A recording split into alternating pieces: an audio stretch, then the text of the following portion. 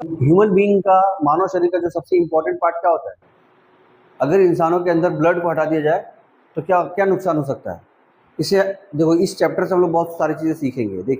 देखिए बॉडी में क्या क्या ज़रूरत है, बॉडी को किस चीज़ की ज़रूरत है, ये बहुत इंपॉर्टेंट है। तो इंसानों को जिंदा रहने के लिए सबसे पहले किस चीज़ की सबसे ज़्यादा ज़रूरत है? वो है ऑक्सीजन। अगर आपके पूरे वर्ल्ड से, पूरी दुनिया से ऑक्सीजन को हटा दिया जाएगा तो क्या होगा? कितना टाइम लगेगा? 2-4 मिनट में इंसान जितना देर अपना सांस जो रोक सके बस उतना ही देर बचेगा, उसके बाद फिर वापस खत्म। तो ऑक्सीजन की ज़रूरत है, ऑक्सीजन हटा दिया जाए तो काम खत्म।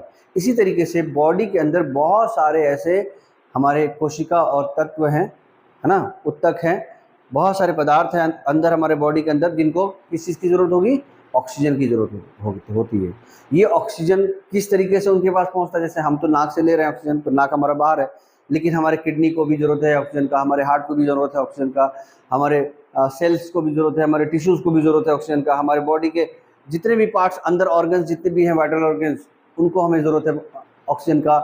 इंटेस्टाइन को ज़रूरत है, आंत आंत जिसको बोलते हैं, इन सबको ऑक्सीजन की ज़रूरत होती है। और ये सारे जो ऑक्सीजन जो कैरी ऑन होते हैं वो किसके ज़रिए होते हैं? ब्लड के ज़रिए होते हैं, क्योंकि ब्लड में फ्रेश ऑक्सीजन मिक्स हो जाता है और जो ऑक्सीजनेटेड ब्लड होता है वो वापस हमारे पास आके कार्बन डाइऑक्साइड के तौर पे बाहर चला जाता है। तो जो ये चैप्टर है हमारा, transportation of blood in the human body, मानव शरीर में रक्त का परिवहन, ये एक बहुत इंपॉर्टेंट चैप्टर है उनके लिए जो किसी भी एग्जामिनेशन के लिए तैयारी कर रहे हैं, चाहे वो वन डे एग्जामिनेशन हो या फिर किसी भी तीन दिवसीय एग्जाम होता है, जैसे एक प्रीटी हो गया, एक मेंस हो गया और एक इंटरव्यू हो गया। मतलब 3 चरणों में होता है। इन 3 चरणों के एग्जाम में भी ये इंपॉर्टेंट है। तो ये बहुत ही इंपॉर्टेंट चैप्टर है, इसको हम लोग एक एक करके देखेंगे और समझेंगे, और इसी के साथ साइंस का जो पोर्शन है वो हमारा कवर होता चला जाएगा।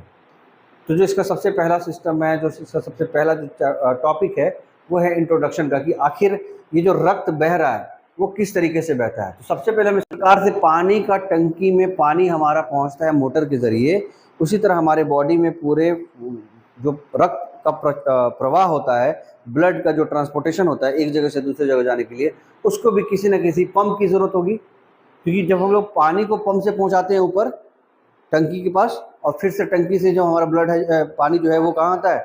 नीचे हमारे टैप्स में आते हैं। उसी तरीके से हमारे शरीर में भी ब्लड जो बन रहा है उसको एक पंपिंग सिस्टम के ज़रिए हमें पूरे बॉडी में फैलाना होगा। तो वो पंप कौन करता है?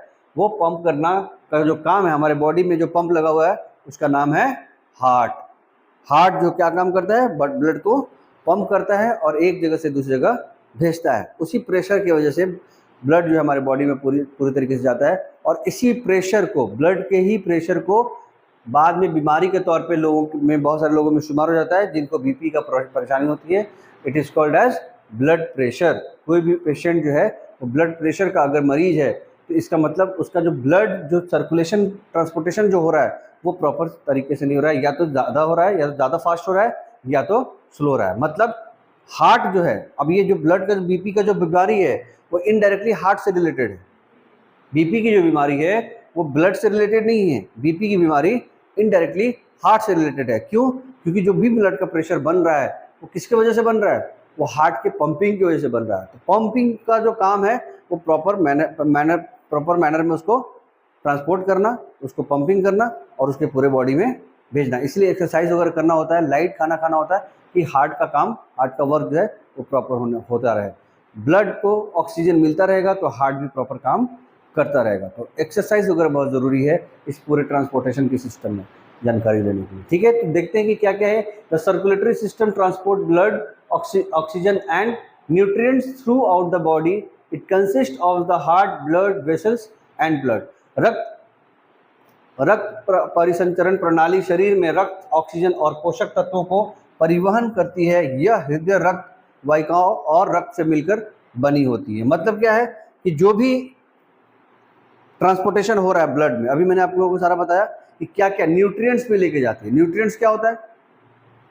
जो आप खाते हो उसके अंदर 5 न्यूट्रिएंट्स होते हैं। वो 5 न्यूट्रिएंट्स कौन कौन से हैं? कार्बोहाइड्रेट, प्रोटीन, विटामिन, मिनरल्स और फैट्स। ये न्यूट्रिएंट्स है जो आपकी बॉडी एब्जॉर्ब करते हैं। बॉडी एब्जॉर्ब कहाँ करता है?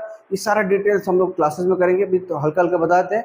छोटी आंत में इसको एब्जॉर्ब किया जाता है ठीक है, फिंगर लाइक स्ट्रक्चर होता है विली, उसी के थ्रू ये स्ट्रक्चर, ये न्यूट्रिएंट्स को एब्जॉर्ब कर दिया जाता है। और एब्जॉर्ब करने के बाद आप अगर चावल खाते हैं तो उस चावल को डायरेक्टली ब्लड में नहीं इन्वॉल्व किया जाता है, वो चावल डायरेक्टली आपकी किडनी के पास नहीं जाएगा, आपके सेल के पास नहीं जाएगा, दाल नहीं जाएगा, मटन नहीं जाएगा, चिकन नहीं जाएगा, क्या जाएगा, उसके न्यूट्रिएंट्स। अगर वो प्रोटीन है तो हमारा जो छोटी हाथ है उसमें से प्रोटीन निकाल लेगा और बाकी जो मटेरियल बच गया उसको आगे भेज देगा, जाओ भाई जाओ बड़े हाथ पे जाओ, और वो फिर सुबह सुबह बाहर निकल जाएगा या शाम में बाहर निकल जाएगा, बॉडी से बाहर निकल जाएगा। ठीक है, तो इस तरीके का सिस्टम जो है ऑक्सीजन पहुंचाने का काम और न्यूट्रिएंट्स पहुंचाने का काम कौन करता है, ब्लड करता है। किसके द्वारा करता है, पंपिंग के द्वारा। कौन करता है पंपिंग, हार्ट करता है। ठीक है, समझ में आ गया आप लोगों को, अच्छा टॉपिक।